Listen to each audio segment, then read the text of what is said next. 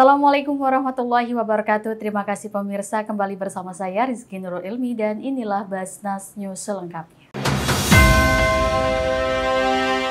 Informasi pertama pemirsa, salah seorang peternak mustahik binaan Basnas bernama Ade berhasil memenuhi permintaan kompos organik dari Lumbung Pangan Sukabumi.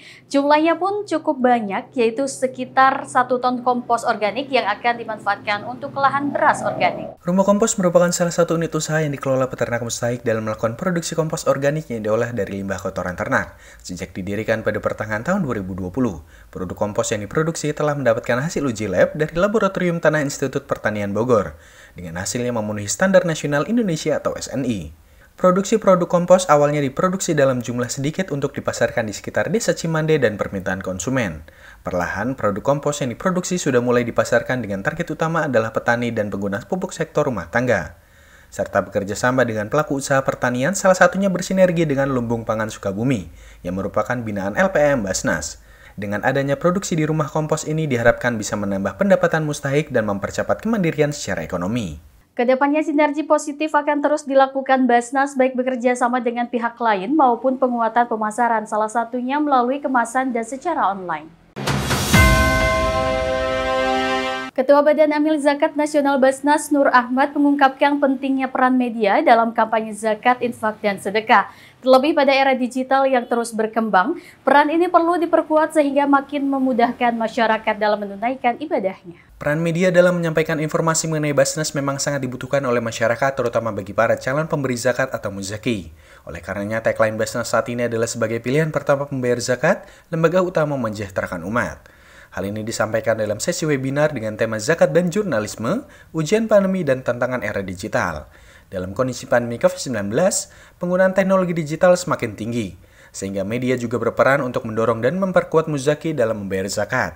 Basnas juga berterima kasih kepada seluruh media yang telah bersinergi dengan Basnas dalam menyebarkan informasi terkait zakat dan peran Basnas di tengah masyarakat, seperti yang baru-baru dilakukan Basnas dalam membantu korban bencana di berbagai tempat.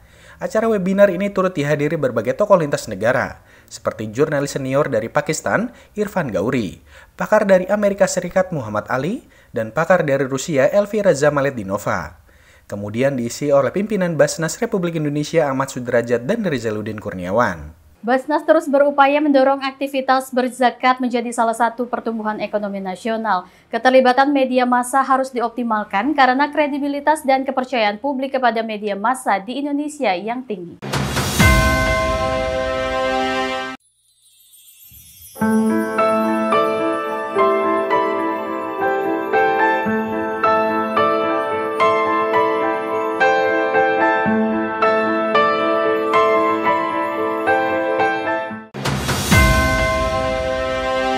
Terima kasih kembali di Basnas TV. Dalam meningkatkan semangat dan kreativitas membatik, Dinas Perindustrian dan Perdagangan Kota Bogor fasilitasi mustahik binaan Basnas di Kampung Batik Cibuluh dengan perlengkapan membatik antara lain kompor listrik, kompor semawar, dan cap tembaga. Perlengkapan membatik bantuan Despirenda Kota Bogor lainnya yaitu bak celup pewarna batik, panci pelururan besar, loyang cap batik, canting tulis, dan mesin jahit. Semangat dan optimisme ini salah satunya dirasakan Ibu Elvanora, kelompok pembatik Gazi Seri binaan Basnas.